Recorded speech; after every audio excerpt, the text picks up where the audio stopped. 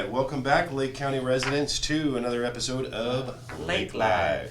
It is 2022. I know, guys. Can you believe this? All right. Well, we got some new digs. As you guys see, we got a new table. We've got all new guests lined up for this year. I'm pretty excited. How about you? Absolutely. Yeah. I remember going to town and bringing you guys information that we feel is very critical to our community. So, Exactly.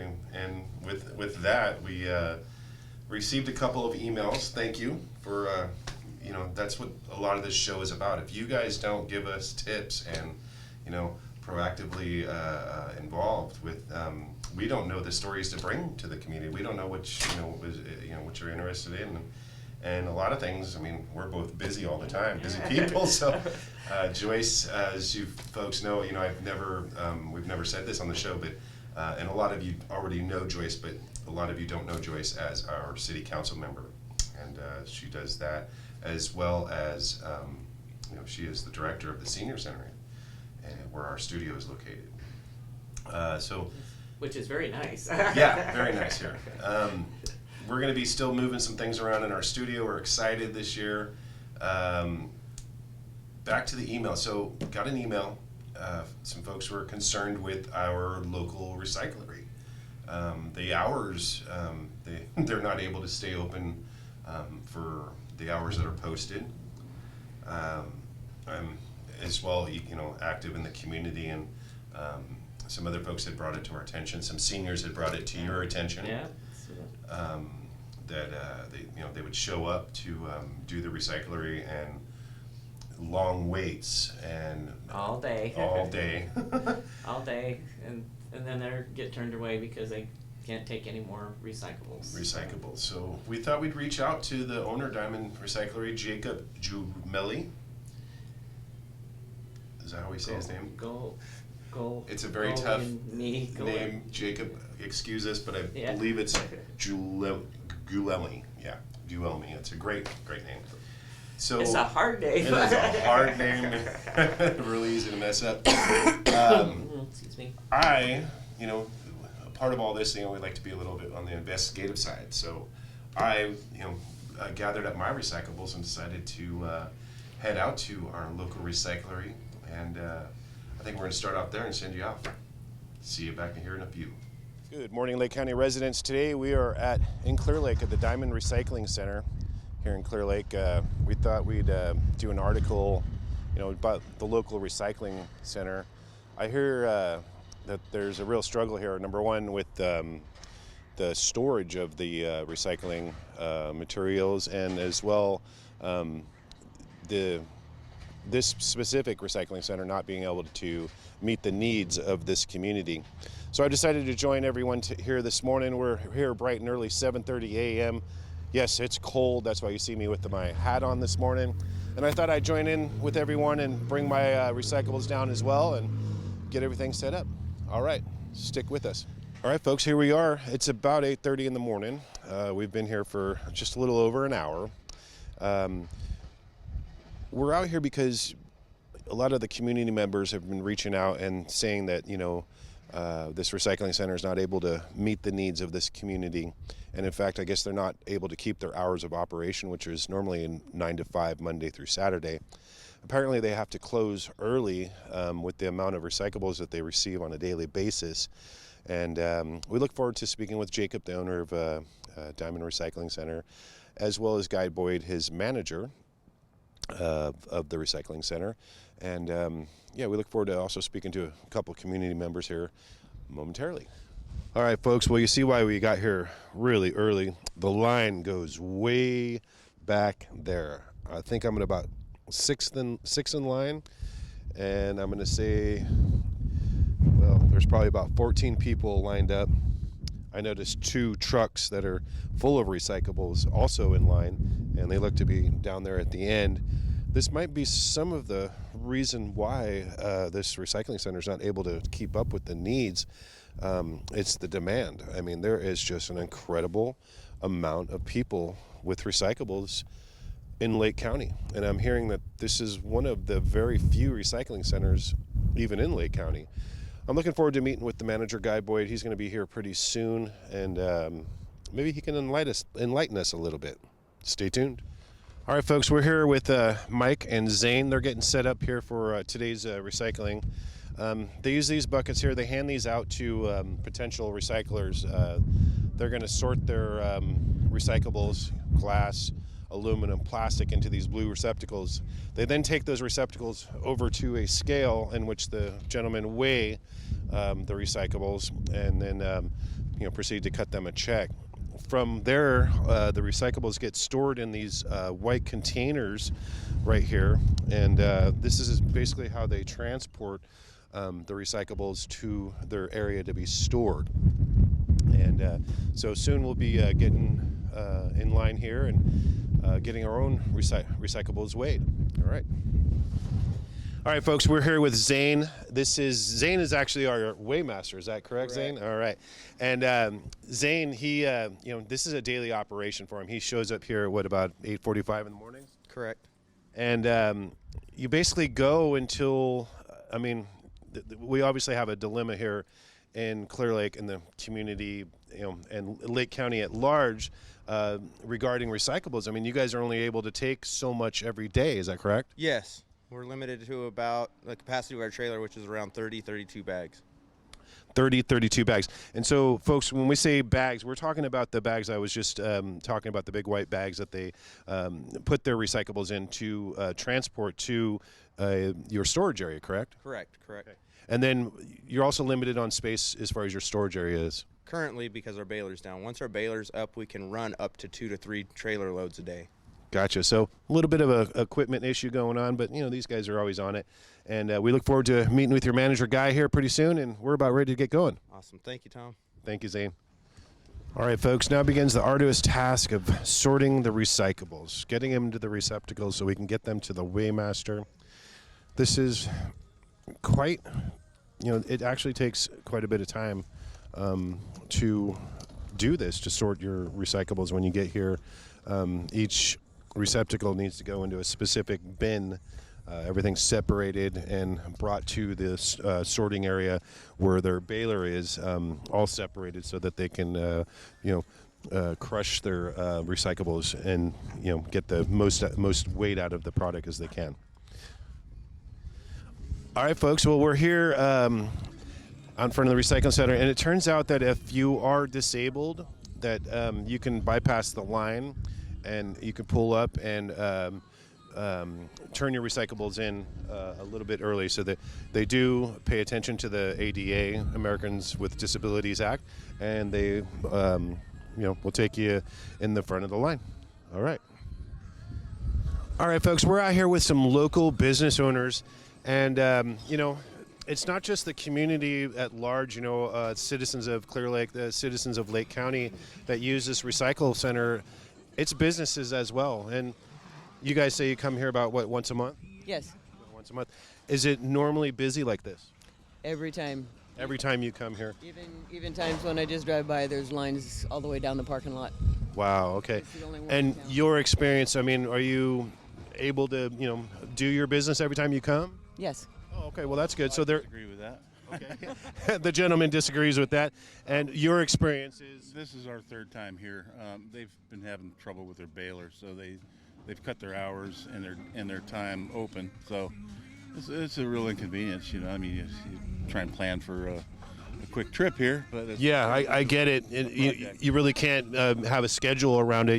You're kind of like you're here and you're at the mercy of the recycling center, and not their fault or anything. I mean, not saying that. There just seems to be a great need in the county of Lake for recycle centers. Yes, definitely. So we need more. We're very fortunate too, because being tied to the shopping center here as a business owner, we get a preferential. You get some good. In the line, basically. I get it. Yeah, well, and you're a business owner. Yeah. But we still need to wait. Yeah, absolutely. You're waiting along with all of us.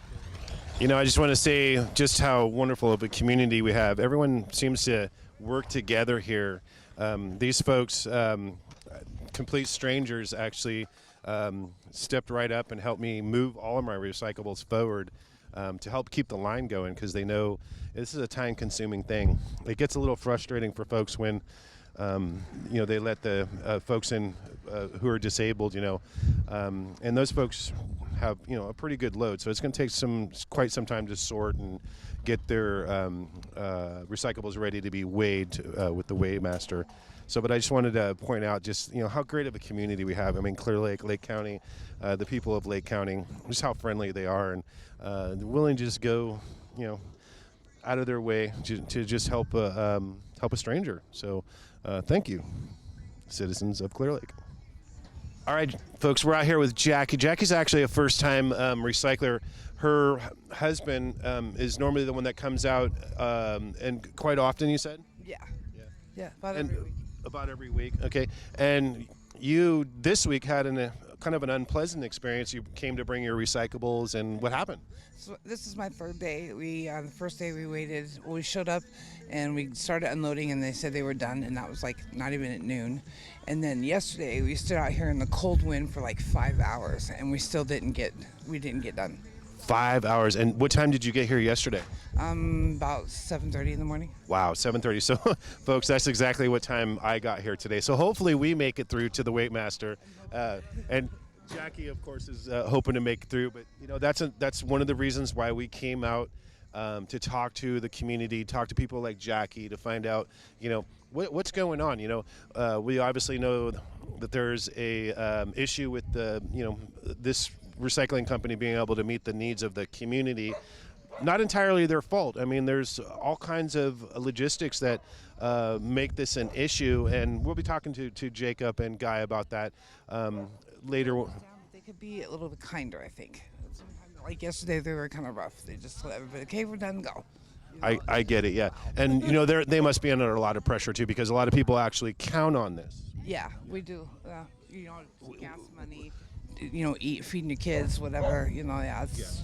And then there's a lot of folks that are out here getting recyclables, and they're helping to clean up our city. Do you agree with that? Yes, I do. Yeah. I see them out a lot in our community, and we praise them. We don't want to look down upon them. We're thankful that they're willing to go out and pick up the recyclables, and basically they're helping to clean our city. Yeah, it looks a lot better. It's getting better. People are doing that more often. Yeah. All right, Jackie. Well, I thank you for taking some time to talk to us. Let's hope that you make it through the Weighmaster as well today. Me too. Thank you. You have a great day. All right, folks. Well, we finally made it to our spot in line, and we got Mike here. He's sorting everything. Mike, what do you got to do here? So I basically dump it into another bucket, and the whole time I'm looking for 1 through 7 different type of plastics, or if it doesn't have CA-CRV. And when I'm dumping through aluminum, I'm just looking for any different type of material that might be in there. So foreign material, basically. Yeah. I got you. Okay. And so, yeah, this is an important part of what you're doing. You got to keep this stuff clean when it, otherwise, because they don't want any added weight. Nope, they don't want any added weight, no rocks in it or anything. Make sure it's clean. And then they also want to make sure that it's all separated so it can go into its right places. Gotcha. All right. Thanks, Mike, for doing your job there. So, Zane, I see Mike and you here are sorting stuff, and I noticed you've had to throw like a few of the recyclables in a different receptacle. Did they not meet your standards? You have to have labels, and some of them don't have CRV. Okay, so basically, any recyclables that you bring in have to have labels. That's the law. Correct. It nothing to do with you guys. You guys aren't trying to pull a side hustle or anything. This is how it works. I mean, CRV, this is an important thing. Yeah. And then some of them, like you said, weren't even eligible for CRV. All right. Well, I thank you, Zane, for taking your time. No problem. Have a good rest of the day. So, folks, we're here with Guy. Guy's one of their weighmasters. He's one of the guys that, keeps track of everything, make sure the weights are accurate. And he just informed me that this week they're trying to get, close to 600 bags, to get filled up and be here for your community and helping get rid of all of these recyclables. Guy, thanks for joining us today. Not a problem. Anyways, I'm just going to hang out with Guy. He's going to be weighing everything here. We're just going to be hanging out and chit-chatting a little bit. Sounds good. All right. Yeah, don't let me stop you doing your job. You do. And I must say, your two gentlemen that you got down here, Mike and Zane, very helpful, very respectful to the citizens. And very informative about, you know, the process on how this recycling thing works. And we appreciate that.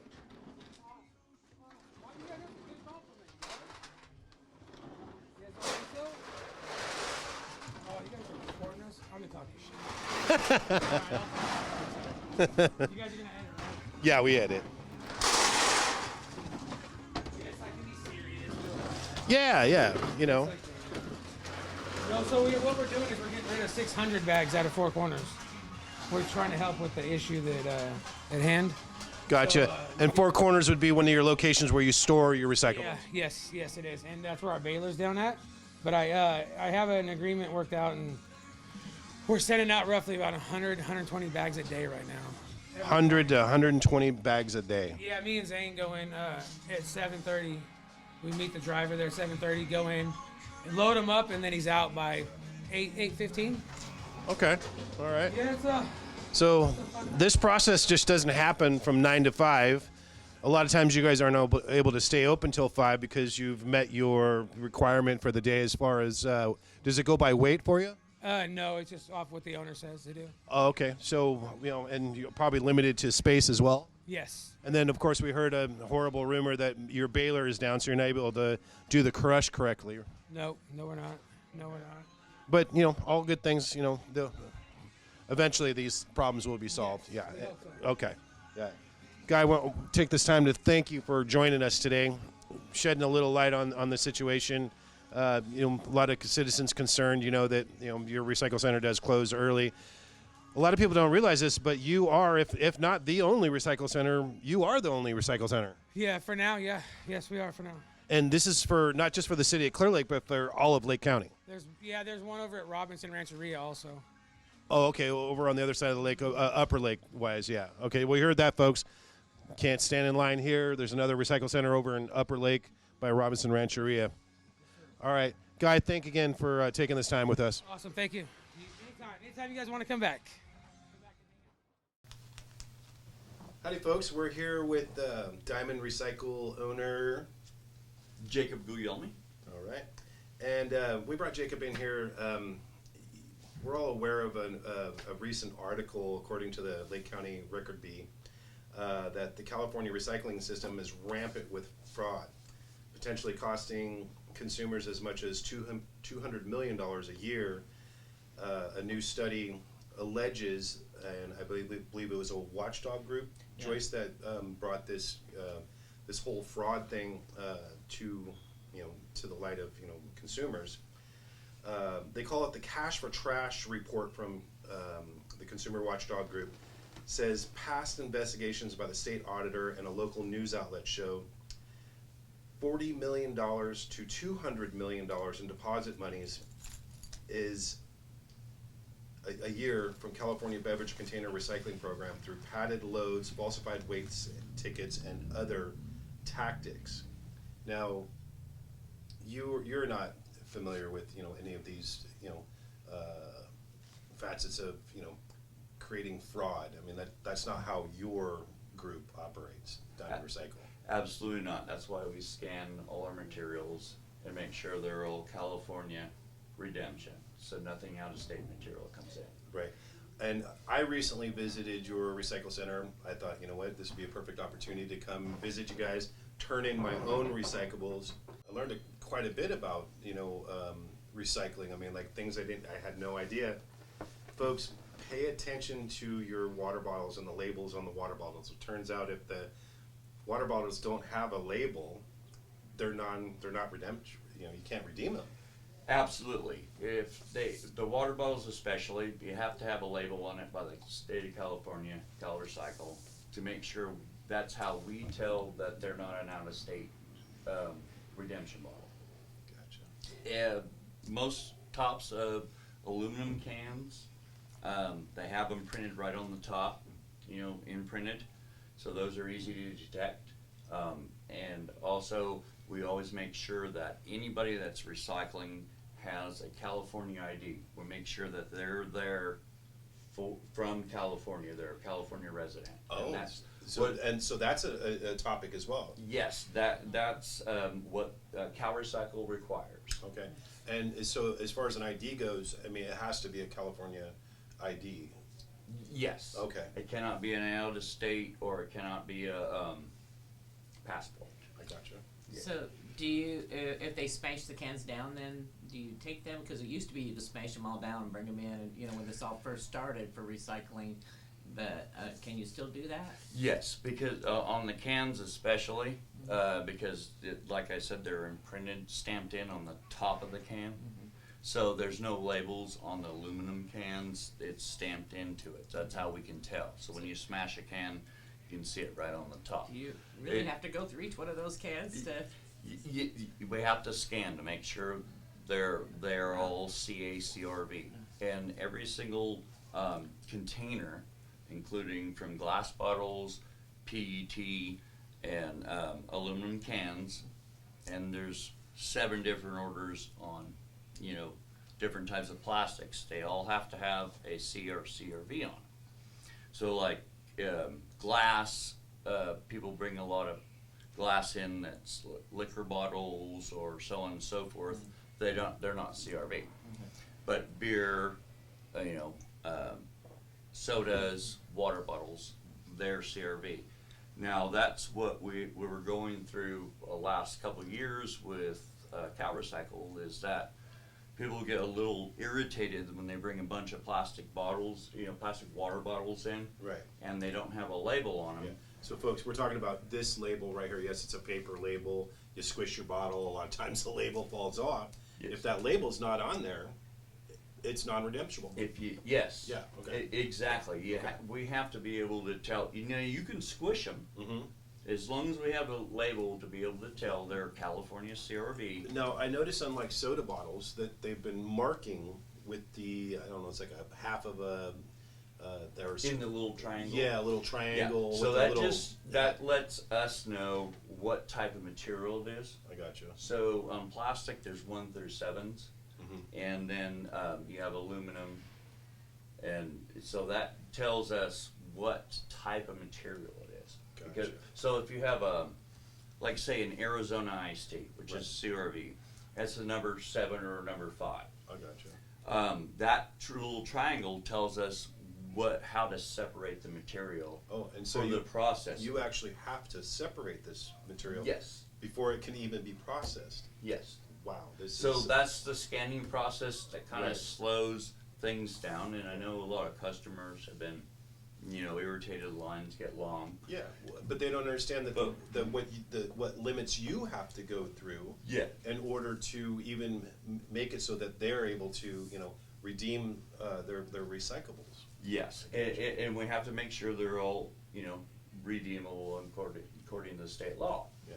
And so that's, I think, what the customers, well, most of our customers understand that, and then some don't, and that's why I have a Well, that's great, why great we're doing group this of- episode today. So Yeah. to bring light to, you know, the community, and you know, in case you visited, you know, it seems like Clear Lake is one of the only. Well, there's another one you said in Robinson, yeah. Robinson's, which is still clear on the other side of the lake. So you know, it caters to, you know, Lakeport and the other side, you know, the other sides of, you know, North Shore, I guess you would say. But as far as South Shore goes, I mean, there's nothing in Middletown. There's nothing in Hidden Valley. Nothing in Lower Lake. It's Yeah. Clear Lake, and your location in specific that is the only place you can redeem. Yeah, that's recyclables. why we get, that's been big influx, Gotcha. is we get all the customers around the whole lake. Gotcha. And so now that's why we're into trying to expand to fill the needs of the community, because we need to expand. Yeah. When all the ones. We'll delve into that in just a moment. Okay. I still have another question. So, and it's been a topic on my mind. So, you have liquor bottles, right, or wine bottles, which are different colored bottles. These and the larger liquor bottles, and even larger plastic liquor bottles, have no redemption value. Why is that? And is this something that just ends up back in our landfill?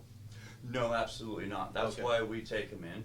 Oh, you do take them in? Yeah. But there is no redemption value. But there's no redemption value. Okay. Yeah. So a lot of people think, well, geez, you guys are just making money hand over fist. We turn in these bottles, and then in the article that Lake County Record Bee was saying is a lot of times these bottles and plastics end up in your recycled material that you send off to be redeemed. Therefore, weights are different, and They call it padding the load. padding the load. Padding Exactly. the Thank you, load, Joyce. yeah. Yeah, they're calling it padding the load. Not in your case, of course, but this is known to happen throughout, the California Recycling Program. Yes, that's why my employees scan everything. Gotcha. So what we do is when they scan glass bottles, say a non-redemption comes in, we have to, by certification, separate all the material that's not CRV, and it becomes a scrap value, which is you don't get paid for. Right. But it still gets recycled. Even though the so- word scrap value, people think that there's some sort of monetary Yeah. monies to this, Well, but there's not. Yeah, no, there's not. Okay. 100% of the CRV goes back to the customer. Gotcha. Okay. And there has also been things in the past few years where they wanted to shut down buyback stations, which is what we are technically, Okay. and just put it in your blue bin. But where do Which you ends get up in our landfill. which ends up or Or they get to recycle it and they get the money. Or well, that, where does Yeah. the customer that pays that 5 Right. or 10 cents a bottle get it back from? Exactly. Yeah. And So- so many states are not doing that. Yes. Yeah. And back to the liquor bottles, we have to log them in. Every can and bottle or material that comes in through a buyback station Right. has to be logged in, whether it's Okay. scrap, worthless or not. Okay. So all that's calculated through our business in the state of California. Gotcha. So, Jason, so this is all funded through a Senate Bill 38, which is funding the cash for trash. Is that exactly where you get paid from then? I mean, is this something where your money's coming from the state? Because if you're having to give back all the money that the consumer has spent, where's your money for your business coming from? When we take in the material pay the customers from the material through the state of California, which is regulated, which is a regulated prices. That goes back to the consumer, and then when we recycle it, it's basically a scrap value when it goes to the processor. Okay. And then that's where we're refunded for. That's how we make our money. We don't make our money on CRV at all. Yeah. Okay. So you make it on the scrapping part. Yes, when we buy the material, then it becomes a material of scrap, and then whatever the price on the market is what we get paid for. Have you found sometimes it might be lower than what you're? That's why volume is very necessary in recycling or even in disposal areas. Like they pick up your trash, dumpster trucks and your trash services. It's all in a volume area. They're charging you for that. We don't charge to bring your recycling material in. We pay you for that. Right. And then once that's been paid, then we get our scrap value to actually keep our business going and pay our employees. And that's why you have the yard over there by behind Four Corners, is to get your volume up in order to be able to take it in and get the most for the value of what you have. Right, which we are not. We are emptying that area out. It so happened I had a shop. We are getting ready to get another shipping receiving area. You're expanding. In expanding. Yeah. Because we have the beautification of Clear Lake, and which is Alan Flora is very involved in, and the community, Russ Kramer. So they don't Alan want Flores, our city manager. Russ Kramer would be our vice mayor. No, Russ No, Kramer Oh, Russ Kramer just is a our council- mayor right now. He's Okay. just a council member like me. Oh, is he just a council member now? Oh, okay. He's our past mayor. Past mayor. or past mayor, yes. And so, you know, we're working with them. They've been very supportive. Sometimes you know, there is, with the COVID and everything that happened these last couple of years, there's been some slowdowns and hiccups in all small businesses. I'm sure, And yeah. we are running as best we can to work with all that and, you know, keep the beautification in Clear Lake moving forward. So Four Corners is no longer our receiving area. We are moving to a different area, just for our processing and receiving. Now, we'll always be down there at Grocery Outlet. Mitch and Carol are really great people to work with. That whole mall is really great to work with. We take in our whole project, or our whole basis on this, and when I got started in this 11 and a half years ago, was to make sure that we take off a little bit less of garbage and, you know, littering in the community, and process that wouldn't be, you know, sitting on the ground. We would process 1 million pieces of material a month. And we have done that for 11 and a half years. And now with, you know, growing pains, obviously, in business, and we always appreciate our customers. Some people are like, hey, we're waiting too long in line, so on and so forth. Yeah. We really try. I have a good group of gentlemen I'm very blessed with that really care about what we're doing. We care about, you know, the green in life, and we've heard that all the way since, you know, the late 19, you know, 70s and 80s. well, yeah, 70s, 80s, And but it probably really even came before up. I you just know, feel in the like late they went the 90s. wrong way on it, that's all. Yeah. I feel they went the wrong way, no offense. I think plastic bottles should be banned. I think we should go back to the glass bottles where you Yep. take them in Yep. and you recycle them, whether it's at the store or a center like yours, because glass bottles can be washed, sterilized, and reused, and then we don't have to worry about having our oceans filled with plastic bottles, because I understand that one of the problems with our recyclables is, you know, China used to buy it, now they're not, you know, and it's just kind of getting to where now it's just getting where they have islands in our oceans and stuff. So, I mean, I think the plastic bottle thing is gonna have to go away in order for us to survive. And to me, this is not very green, you know. I mean, I just don't feel it is. Exactly. So, And but I'm glad you're there. as far I'm as- glad you're there to take it, but I don't think it's the right way for us to be going and spending our money. Yes, and I agree with that. But you know, plastics are an oil product, and they're going to be Yeah. keep doing plastics. I So think you said it right there. Plastic is an oil product. Yes.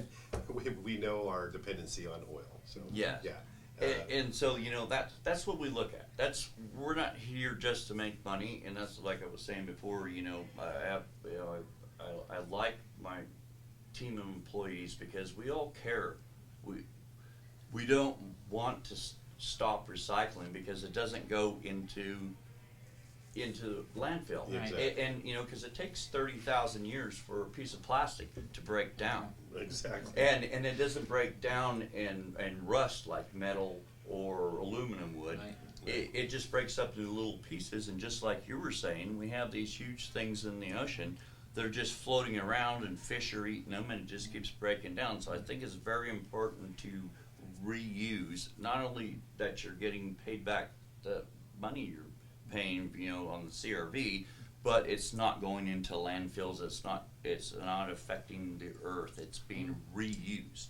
But a lot of it is that's the problem, is Yeah. a lot of it is because we have so much of it, a lot of it is still affecting us. It's just affecting our oceans and stuff, because now they're just making islands and piling it out into the oceans. There's just islands of plastic out in our oceans now in these different countries. You know, thank God we haven't done that, but other Yes. countries have done that because they're so overwhelmed with, they can't utilize it enough. Now, to me, if we had the incinerators and this just incinerated us down to nothing, like we used to be able to do with our trash, but because of environmental smoke or whatever, which now I think, I can understand that in the 70s because we didn't have the technology we have now, but I just feel like with our technology now, that this stuff should be being melted down better and used in different ways than what they're using it now. And we depend on other countries. A lot of the other countries used to buy our plastic bottles, but they're kind of cutting back on that now. So I see that if we don't do something pretty soon, I can see that our future of our children and our grandkids are going to be not so great when it comes to this stuff floating around. It may not be in our dumps, but it will be in our oceans. And is that really where we want it either? I don't think I want it there. No. That's the reason why I'm thinking that sometimes you got to look at what worked in the past and go back, and I still think that the glass bottles worked way better. Yeah. And less recycling, less in our garbage, and and stuff like that. So I just think that we've got in that throwaway world, and we've got stuck here. And I think until the government, and this is one place where I think the government is trying, with this SB 38. I think they thought this was a good way to start, but I think we need to even do more than just this, because I don't think it's going to be enough. Gotcha. So the organization, the Cash for Trash, is supported by SB 8, Senate Bill 38. Which would require the producers of the beverage containers to take the full responsibility for the entire life cycle of the items from the purchase to the disposal. So is that basically, when you take these in, I'm assuming that that's where your money comes from to pay you for hauling it down there, and everything is probably from this bill? Yes, it goes to a processor, and then it's all reused. Yeah. So I'm assuming that the Cash for Trash is basically, you take it in, you get it, you pay the consumer their full amount, but then you take it in and you sell it for your recyclable amount, which is, I'm assuming, coming from the Cash for Trash, from the SB 38. From Cal Recycle. Yeah. Recycle. Okay. Cal So- Recycle, right? Yeah. Okay. So And Cal Recycle, working through beverage container pilot programs, is pursuing new technologies to increase consumer access while reducing opportunities for fraud. As California builds our circular economy, the beverage container program must modernize to provide more convenient redemption statewide. Other states and countries use reverse vending machines. We've actually seen these, from which a consumer can redeem their empty containers for money. We used to see this, we actually saw them right here in Lake County, Foods Etc. When Ray's was here, they had one. I believe it was called the Replanet. Yeah, the Replanet program. I myself have experienced numerous times. Take a bottle, you stick it in the machine, it would go in, scan the doggone thing, and then for whatever reason decide there was a problem and spit it back out at you. Yes. So you go, okay, well, whatever, and I'd stick it back in, and I noticed it would scan the item again. Hey, an extra 5 or 10 cents for me. Yeah. Who am I going to go complain to? I'm getting extra money, right? Because there was nobody there. And so here was the beginning of not necessarily fraud. By no means was I, but there was also no avenue to go push a button and say, hey, this thing scanned twice. I'd like to give back the 5 cents. Who's going to do that, right? Nobody's going to do that, right? So I see why these programs, they didn't work, Oregon, I guess, is one of the first ones. Oregon and was it Michigan? Michigan.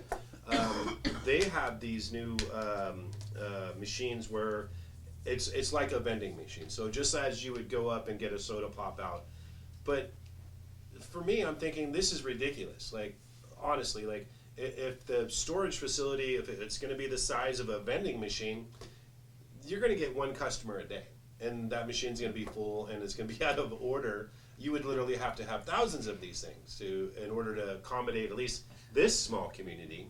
So here's a thought. When you go into a grocery store, you have the self-checkout, but there's always still somebody there watching. Correct. Is that something, has anybody talked to you about doing, because you can have those machines in front of one of those big containers, and it just goes into the containers, and then it's counting your stuff already. So, but you'd still have to have employees that is watching in there to help if the machine breaks down or something like that.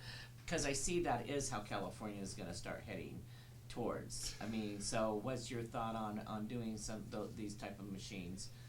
I'm against the machines, only because number one, when I first got into this business, there was just like you Right, there was noted, two. there was 10 in this county. No. for Oh, brain was there plants. 10? Okay, I was So only they familiar had with the 2, yeah. machines, Yeah. and the problem with the machines, just like you said, they pop them in and out, and you could put it in, it spit it out, put it in, and it would calculate 1 bottle for 2. Correct. So that's yeah. fraud. And not all the time. I mean, Yeah. sometimes the. So when I first got into with licensed as Cal Recycle, they told me we're highly not for you to use these new technology machines because they're problematic. At a high, number one, they would take in containers that were not California CRV, and give you a credit. and then give you a credit. Right. So in the whole note of that, who's the last one left? That's why all those places had shut down, is because it wasn't manned, or it wasn't managed correctly. Yeah, so to have a crew or employees that are managing each and every bottle to make sure there's no fraud, to make sure that everything is done correctly. And the other problematic with the machines is people just leave garbage everywhere. Well, that's what I say. I think it would still have to be manned, like the self-checkout stands. Like, okay, so you have your container there in front of that. Say you had 4 of those containers, and in front of each one of those containers is one of these machines that's connected to the front. And as long as, like you said, they have to have that. Is it there? I'm thinking that with our technology nowadays, the scanning process there where they scan for the price should have something in there that when that goes through the machine, it should be able to scan that that's a good bottle and it's for this type of thing. You would think. Yeah. You would still definitely have to have employees and stuff, but I'm just thinking that that's kind of the way that the state is looking to go with a better scanning process. And then, of course, if you scan a bottle, it scans that CRV, and you scan that code, and it's the Q code does not. In the Q code should say whether it's an acceptable bottle or not. Right. If it's not acceptable, they don't get paid for it. They just take it and it goes off it goes off into another bin. And the ones that are scanned that says that they are, because there's no way I can see this ever being like it was before, where you just go into a machine and do it and think that that's going to work. It didn't work before, and that's definitely not going to work again. But I think they are looking for a better way to count the bottles than a person sitting there scanning each one of them, and maybe a faster process of. But it's definitely something that, I mean, they're like working on, but I think it's going to be a way down the line thing. Yes, I agree with that. It will be a way down the line thing. I was involved with a wine bottle project when we first started out, and they had these machines that it was a big processing area, and the problem with it was the scanning. And it was a very complex machine industrial area, and they ended up shutting down because the technology wasn't there yet, or you get a cracked bottle and you can't reuse that. Right. So there's a lot of aspects on that. I would love to see it go that direction 100%, like you're talking about. It would make it a lot easier on people, but we're able to process more material correctly being manned than anybody in Northern California.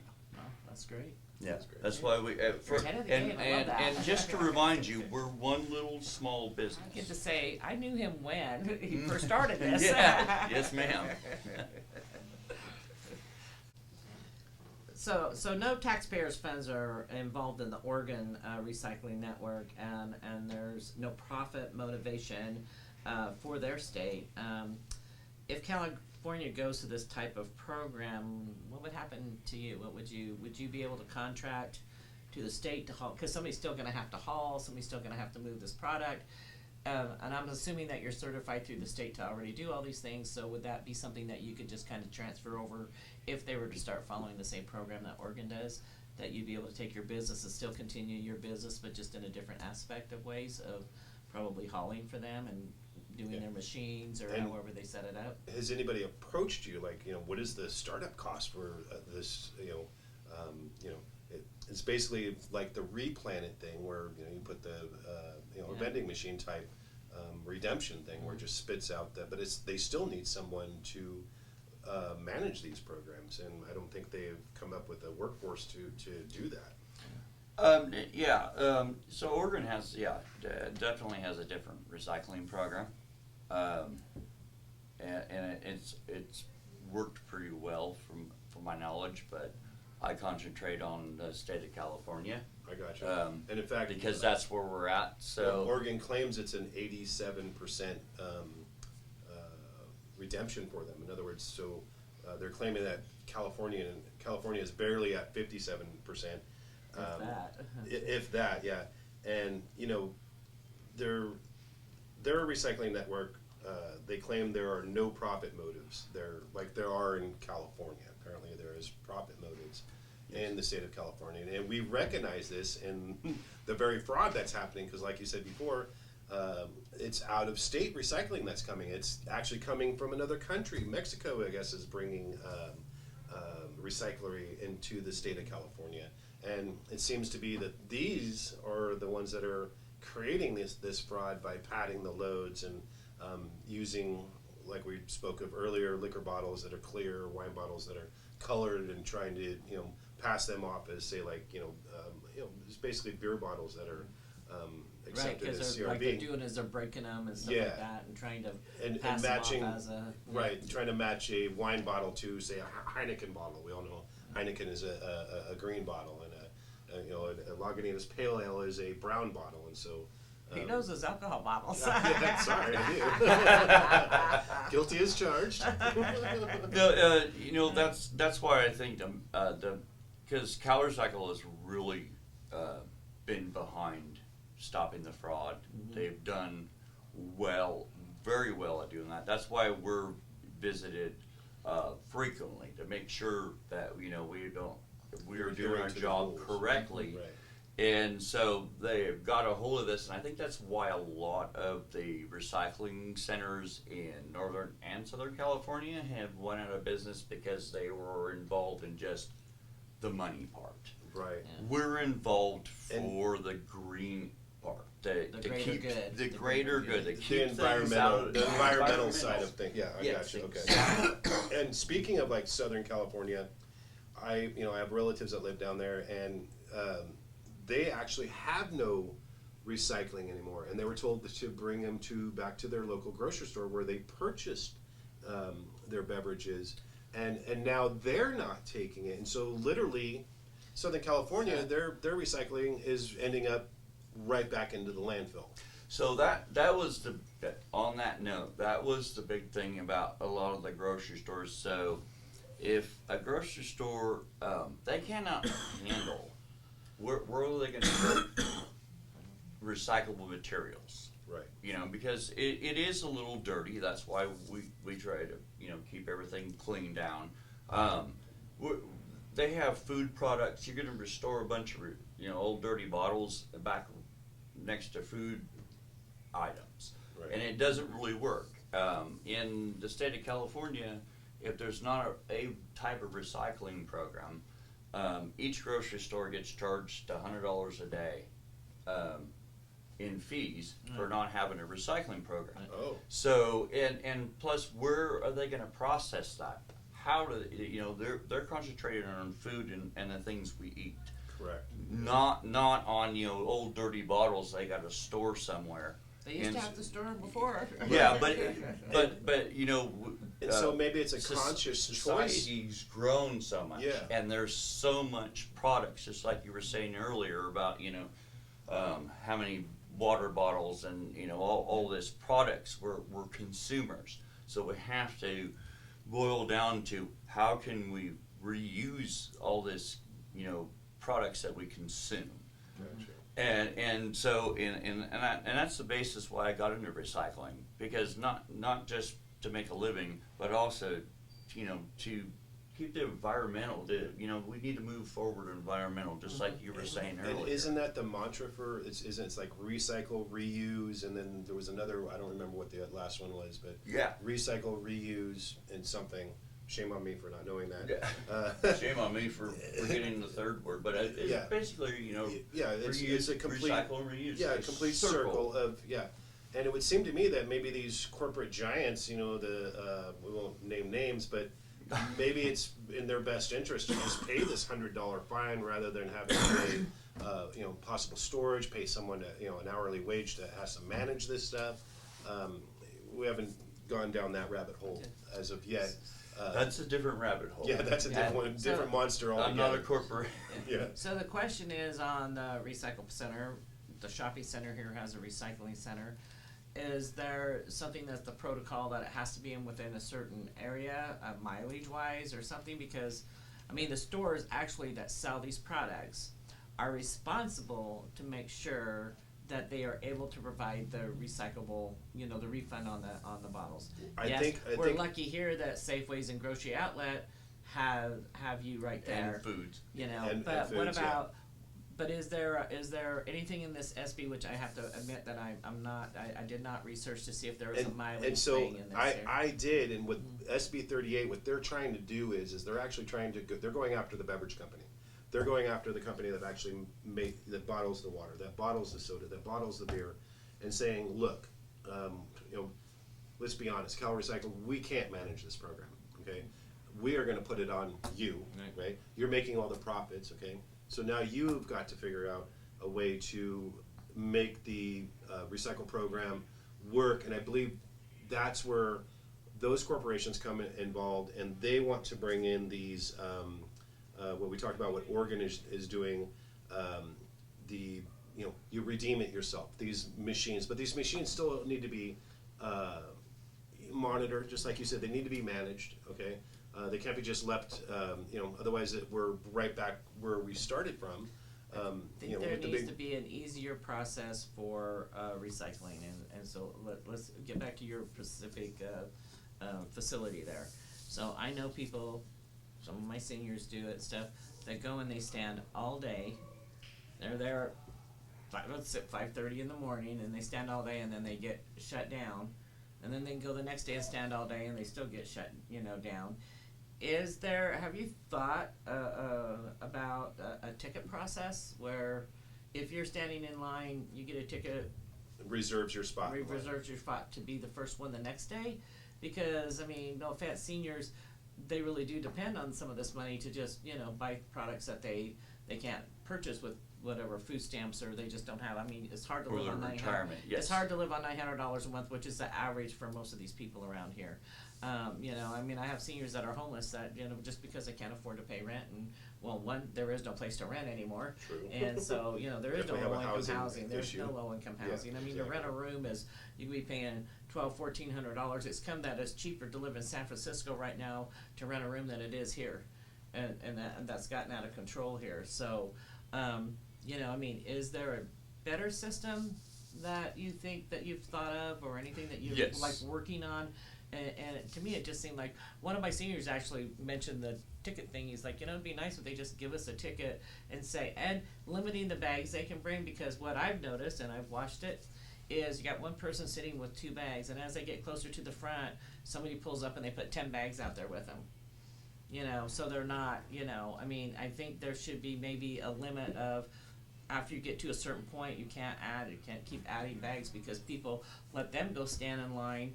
They bring their stuff, and then they give them 50% of their stuff because they don't want to stand in line, but they're still getting money. Gotcha. And I've actually watched that happen, and so And other people complained about that. So, You do have rules about weight, though, like you only take 100 pounds of Yes, certain it's- this and 100 pounds of certain that. Per customer, Per per customer. day, yes. Okay. It's 100 pounds of aluminum, 100 pounds of plastic, and 100 pounds of, or 1,000 pounds of glass per day per customer. Wow. Yes, I understand. That's a lot. You're- That's a 1,000 lot. pounds of What, glass. Okay. what we do is, to our best of knowledge, and this is what I referred to earlier, our expansion that we're working on. Right. We do I have numerous customers been coming for years. If you're, elderly, or disabled, we allow you to pull up by the front and, you know, put you in between customers and help you out, you know, ADA Right, I do know compliant. somebody that Yes, would that's have, and we've been working on it a lot. That's where we're trying to expand right now, because we're so flooded. We try our best to not let things like that happen, like somebody coming up, just like you said, and going and giving somebody else because they don't want to wait in line. That makes the line back up. And we're working on it. We're a crew of 6. Yeah. That's taking care of pretty much 3/4 of the county. Right, yeah. And that's what I've been focusing on, and what we've been focusing on to expand, to be able to expand and create a better process for, because I mean, you know, 2 years ago we were doing, before the COVID and everything had, we were very adequate on everything we were doing, right down the line, and then all of a sudden everything is shut down as far as other recycling places, and then we just got flooded. So it's a growing pain of business. We're trying to adequately take care of everything we possibly can, and yes, you get overwhelmed. That, you know, and it's understandable for customers to be annoyed when things like that happen. Yes, there is a better process we're working on to be able to sufficiently take care of everybody, instead of having everybody wait in line forever and then not get served at the end of the day. So when you say you're expanding, are you like creating another location that people can come to, or just a location for your storage? No, both. Okay. Both. Location for shipping and receiving, and other locations to be able to go to. Like, we're working with Grocery Outlet right now. There's one they're opening up in Middletown. Right. They want us in there. Which would probably lighten up some of this. Yes, we want to put another one. We want to put another one in Lower Lake, to lighten up the load. Right. Because I mean, like I said before, we're getting everybody around the whole county. Right. Have you thought about, since you're expanding, have you thought about, because I mean, I know people that have truckloads of recycling. Yeah. Like, especially now, since they just feel like they haven't been able to, like, come in and stuff. Are you looking at something that to be able to take on a higher quantity of, say, somebody bringing in a whole truckload, but they're not taking up the time from the individual that's bringing in 2 bags? You know, because that's really not fair either. Here, this person comes in with a truckload that you're going to have to take the time to scan all this stuff. It's quite a process. And then we have this, obviously, it's a huge process. And then we have this poor little person over here who has 2 bags full that just really want to get a little bit of money to go buy some hand soap or something, you know? Yeah. Yes. So, And we also have, you know, in our community, you know, I don't want to say homeless, but, you know, they're definitely... The unfortunate. Yeah, the unfortunate. And they're doing a service for our community. They're out there, they're cleaning up our corridors, you know. You drive down our streets and you're not seeing, you know, recyclables on the side of the road. So we really want to thank the unfortunate for going out there and cleaning up, you know, the city of Clear Lake. I mean, we really appreciate it. And we're going to take this time now to thank Jacob for coming in and bringing to light the, you know, the situation with the recyclables. I know it's a frustrating thing for a lot of folks out there who bring their recyclables here to Clear Lake and, you know, expect to get in and out of here in a short amount of time, and that's just not a realistic situation. And thank you, Jacob, for coming in. Well, I appreciate both of you having me here, and you know, let our community know that we appreciate them and we're there for them and we're doing the best we can, and the times will get better. Yeah, and a heck of a team. They have 6 guys, you know, and like you know, I'm sure Jacob will take on anybody who can pick up one of those huge cans of bottles and, and throw it in one of those dumpsters. I saw the 2 guys doing that, and I'm truly amazed. I mean, these young, strong guys, I couldn't do it. You know, do you allow people to volunteer to help monitor things or something if somebody wants to come down? I mean, we do have a lot of good people that just want to help, and I know some businesses will let people come and volunteer and help, and other businesses won't. You know, I mean, we do as a nonprofit take, you know, volunteers in, but are you hooked up with any, like, do you let people come and, like, even if you just need somebody to watch what's going on or something, would you let people do that? We've done a lot of volunteer communities come in and help us out, and that's not a problem. I've done that before lots of times in the past. We've had, you know, I don't know what you call it, in the correct words, but, you know, handicapped, they're a part of, you know, where they're taken care of and they come in and help out.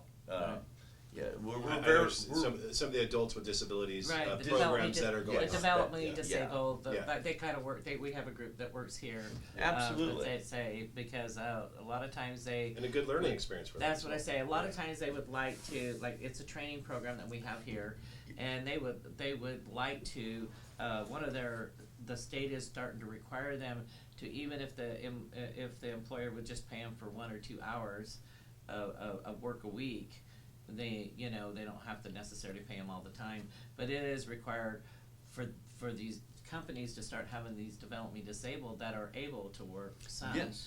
Have at least a 2-hour paying job a week, which isn't too much for somebody to help, you know. No, I've done that plenty of times in the past, and we really welcome it. My manager guy, but he was really good with that, and we've done it plenty of lots of times, and we love to have that. We've also worked with the tribal community, having kids come in and work their summer times to teach them a trade. There you go. You know, and work. That's so giving back to your I'm community. very open to any type of programs like that. We've done about- it many times in the past. Have you done anything like with Mendo Lake Alternative Solutions, where these are people who we pay their fines because they don't have the money, but they have to go out and do community service, which probably would have to fall underneath a nonprofit. I'm not sure, but to me, it's still a community service. What you do is a community service. Yes, I haven't been approached about that part yet. Your program's a state-funded program, correct? Or no? Well, I'm licensed Private. by the state. I got you. Okay. Yes. But it's not a state-funded program. No, it's I not got you. funded by the state. I got Yeah. you. Okay. Not I'm just his part. licensed by the state. Gotcha. Licensed Yeah. by the state. Is the person down here that pays him that money is supposedly getting paid from this SB 38 funding. Right. Exactly. So as we read It bill. is a fund through the state in one way. Yeah. For the recycling part of this, to get these products into something else, which is why that's why we recycle, is to try to take these products, make them into something else, and say, but and the programs are, they're funded by tax. They're funded. Our programs are funded by taxpayers' money, and somewhere down the line, whether it's direct or And that indirect. 5 and 10 cents Yeah. you pay on the bottles, that's where it's funded. Yeah. And for So- those you That's folks not who supposed to be. also want to do some research on this, it's Senate Bill 38. SB 38. SB 38. It was introduced by the Democrat out of Fremont, Wachowski, I think, or Wachowski. You'll have to forgive me. I'm horrible at pronouncing names. But if you are interested in looking into it, it's SB 38. Again, Jacob, we thank you for coming in today. And Absolutely. yeah, we'll hope maybe address this again after your expansion. Yeah. Absolutely. All right. I definitely Appreciate love to it. see it. So. Excellent. And Thank you, good luck folks, with for that. tuning in, and we'll see you next week. Thank you for joining us this week. I hope that our episode was very informative for you. Jacob was very kind to come in and kind of explain, part of the situation with, the recycling, and pointed out one of the facts that, hey, equipment does break down. His baler broke down. He's been struggling to get it fixed. I guess there's regulatory deals he has to go through, which is understandable. This is, monitored by the Cal Recycle program. He is under, basically a microscope. I mean, everything is monitored very closely. I don't think people realize that everything that comes in has to be scanned. I think originally, even my thought was they weighed it, Yeah. and then they just bundled it and Yeah. sent it off. But that's not how it works. It's a lot of work for them to process, Yeah. which I was very surprised, but understandable now for me, is why the wait is so long for them because they have to put everything through a machine to scan the codes, and if something comes back that doesn't have the paper on the water bottles, or the can doesn't read right, Yeah, or it's that, not from that California. really got me. The Or it's- label yeah. on the bottle is like, Yeah, I never knew that. I think a lot of people were taking those labels off their paper. Yeah. Who would have thought? I mean, I did not think of that. So, and unfortunately, if it doesn't have that paper on it, it's just garbage for them. It's not a payable item to the people. So make sure you don't take those papers off, as I did. So don't take the papers off your bottles for sure. And if you smash your cans, make sure your top is visual so that they can read the code on the top. Because they have to be able to prove that it's a California recyclable, because a lot of people come from out of state, and I do know some people that have done that, so I understand that one.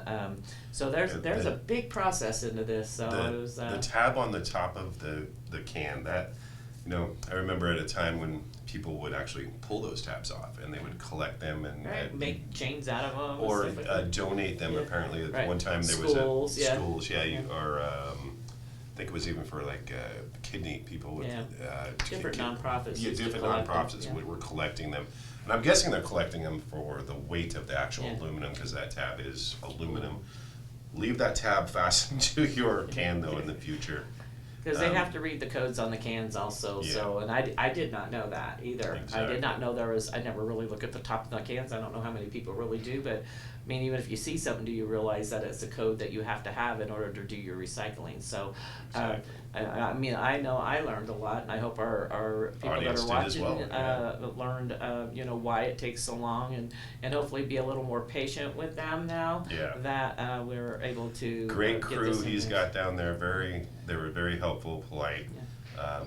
And they're in it. And he's enlarging, which is Yes, exciting. So that's he's exciting, going to yeah. put in 2 more locations, one out in Middletown and one in Lower Lake. So we're excited to hopefully maybe that will take once they get that up and going. He's working on that now, and as we said, there's a lot of process and regulations that he has to follow. So be true. patient and understand that he is trying to do his best to make sure that everybody can get the recycling done. So I'm excited that he's enlarging. It's nice to see a young man that started off, and helping the community and Right. seeing a need and is trying to help.